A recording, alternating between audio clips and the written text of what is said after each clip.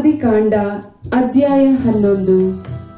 ಭೂಜನರೆಲ್ಲರಿಗೂ ಇದ್ದುದು ಒಂದೇ ಭಾಷೆ, ಒಂದೇ ನುಡಿ. ಅವರು ಪೂರ್ವ ದಿಕ್ಕಿಗೆ ಪ್ರಯಾಣ ಮಾಡುತ್ತಾ ಇದ್ದಾಗ ಬಾಬಿಲೋನಿಯ ಕಾಡಿನ ಬಯಲು ಸೀಮೆ ಸಿಕ್ಕಿತು. ಅವರು ಅಲ್ಲೇ ನೆಲೆಸಲು ತೊಡಗಿದರು. ಬನ್ನಿ, ಒಳ್ಳೊಳ್ಳೆ ಸುಟ್ಟ ಇಟ್ಟಿಗೆಗಳನ್ನು ಮಾಡೋಣ, ಒಂದು ಪಟ್ಟಣವನ್ನು ಕಟ್ಟೋಣ, ಆಕಾಶವನ್ನು ಮುಟ್ಟುವಂತ ಗೋಪುರವನ್ನು ನಿರ್ಮಿಸಿ ಪ್ರಖ್ಯಾತಿ ಪಡೆಯೋಣ. ಹೀಗೆ ಮಾಡಿದರೆ ನಾವು ಜಗದಲ್ಲೆಲ್ಲ ಚದುರಿ ಹೋಗುವುದಕ್ಕೆ ಆಸ್ಪದವಿರುವುದಿಲ್ಲ ಎಂದು ತಮ್ಮೊಳಗೆ ಮಾತನಾಡಿಕೊಂಡರು. ಕಟ್ಟುವಾಗ ಕಲ್ಲಿಗೆ ಬದಲಾಗಿ ಇಟ್ಟಿಗೆಯನ್ನು, ಗಾರೆಗೆ ಬದಲಾಗಿ ಕಲ್ಲರಗನ್ನು ಉಪಯೋಗಿಸಿದರು. ನರಮಾನವರು ಕಟ್ಟುತ್ತಿದ್ದ ಆ ಪಟ್ಟಣವನ್ನು ಹಾಗೂ ಗೋಪುರವನ್ನು ನೋಡಲು ಸರ್ವೇಶ್ವರ ಸ್ವಾಮಿ ಇಳಿದು ಬಂದರು. ನೋಡಿದ ಮೇಲೆ ಇವರು ಒಂದೇ ಜನಾಂಗ, ಇವರೆಲ್ಲರಿಗೂ ಒಂದೇ ಭಾಷೆ. ಇದು ಇವರು ಕೈಗೊಂಡಿರುವ ಕಾರ್ಯದ ಪ್ರಾರಂಭ ಮಾತ್ರ. ಮುಂದಕ್ಕೆ ಇವರು ಏನು ಬೇಕಾದರೂ ಮಾಡಿಯಾರು. ನಾವು ಹೋಗಿ ಇವರಲ್ಲಿ ಒಬ್ಬರ ಮಾತು ಒಬ್ಬರಿಗೆ ತಿಳಿಯದಂತೆ ಇವರ ಭಾಷೆಯನ್ನು ಗಲಿಬಿಲಿಗೊಳಿಸೋಣ ಎಂದರು. ಅಂತೆಯೇ ಮಾಡಿ ಅವರನ್ನು ಅಲ್ಲಿಂದ ಜಗದೆಲ್ಲೆಡೆಗೆ ಚದುರಿಸಿಬಿಟ್ಟರು. ಜನರು ಆ ಪಟ್ಟಣವನ್ನು ಕಟ್ಟುವುದಕ್ಕೆ ನಿಲ್ಲಿಸಿಬಿಟ್ಟರು.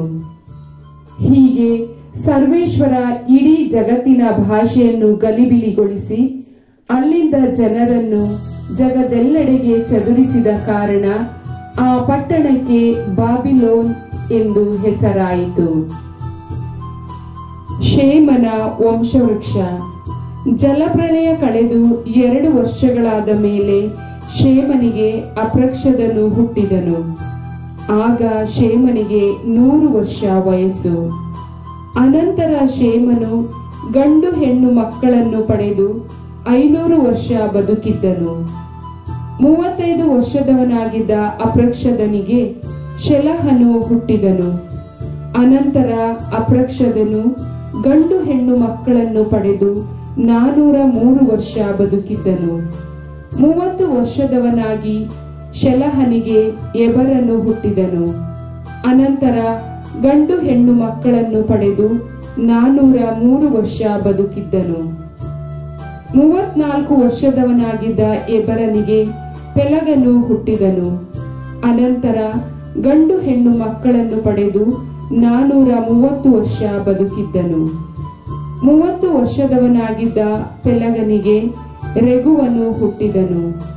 ಅನಂತರ ಪೆಲಗನು ಗಂಡು ಹೆಣ್ಣು ಮಕ್ಕಳನ್ನು ಪಡೆದು 290 ವರ್ಷ ಬದುಕಿದ್ದನು.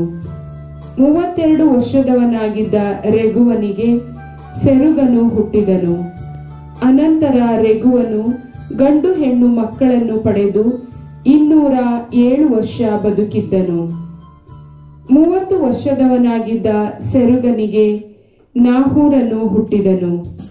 ಅನಂತರ ಸೆರುಗನು ಗಂಡು ಹೆಣ್ಣು ಮಕ್ಕಳನ್ನು ಪಡೆದು 200 ವರ್ಷ ಬದುಕಿದ್ದನು.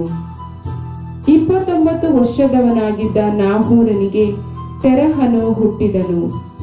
ಅನಂತರ ನಾಹೂರನು ಗಂಡು ಹೆಣ್ಣು ಮಕ್ಕಳನ್ನು ಪಡೆದು 190 ವರ್ಷ ಬದುಕಿದ್ದನು. 70 ವರ್ಷದವನಾದ ತೆರಹನಿಗೆ ಅಬ್ರಾಮ, ನಾಹೂರ ಮತ್ತು ಹಾರಾನ ಎಂಬ ಮಕ್ಕಳು ಹುಟ್ಟಿದರು. ತೆರಹನ ವಂಶವೃಕ್ಷ. ತೆರಹನಿಗೆ ಅಬ್ರಾಮ, ನಾಹೂರ, ಹಾರಾನ ಇವರು ಹುಟ್ಟಿದರು. ಹಾರಾನನಿಗೆ ಲೋಟನು ಹುಟ್ಟಿದನು. ಹಾರಾನನು ತನ್ನ ಜನ್ಮಭೂಮಿಯಲ್ಲಿ ಬಾಬಿಲೋನಿನ ಊರ್ ಎಂಬ ಪಟ್ಟಣದಲ್ಲಿ ತನ್ನ ತಂದೆಯಾದ ತೆರಹನು ಜೀವದಿಂದಿರುವಾಗಲೇ ಸತ್ತನು. ಅಬ್ರಾಮನು ಮತ್ತು ನಾಹೂರನು ಮದುವೆ ಮಾಡಿಕೊಂಡರು. ಅಬ್ರಾಮನ ಹೆಂಡತಿಯ ಹೆಸರು ಸರಾಯಳು. ನಾಹೂರನ ಹೆಂಡತಿಯ ಹೆಸರು ಮಿಲ್ಕಾ. ಈಕೆ ಹಾರಾನನ ಮಗಳು. ಹಾರಾನನು ಮಿಲ್ಕಳಿಗೂ ಮತ್ತು ಇಸ್ಕಳಿಗೂ ತಂದೆ.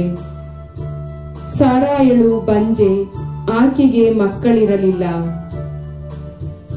ತೆರಹನು ತನ್ನ ಮಗನಾದ ಅಬ್ರಾಮನನ್ನು ಮತ್ತು ತನಗೆ ಮೊಮ್ಮಗನು ಹಾರಾನನಿಗೆ ಮಗನೂ ಆದ ಲೋಟನನ್ನು ಹಾಗೂ ತನಗೆ ಸೊಸೆಯೂ ಅಬ್ರಾಮನಿಗೆ ಹೆಂಡತಿಯೂ ಆದ ಸರಾಯಳನ್ನು ಕರೆದುಕೊಂಡು ಬಾಬಿಲೋನಿನ ಊರ್ ಎಂಬ ಪಟ್ಟಣವನ್ನು ಬಿಟ್ಟು ಕಾನಾನ್ ನಾಡಿಗೆ ತೆರಳಿದನು. ಅವರು ಹಾರಾನ್ ಎಂಬ ಪಟ್ಟಣವನ್ನು ತಲುಪಿ ಅಲ್ಲಿ ವಾಸ ಮಾಡಿಕೊಂಡರು. ತೆರಹನು ಅಲ್ಲಿ ಮೃತನಾದನು. ಆಗ ಅವನಿಗೆ 205 ವರ್ಷವಾಗಿತ್ತು. ಪ್ರಭುವಿನ ವಾಕ್ಯ.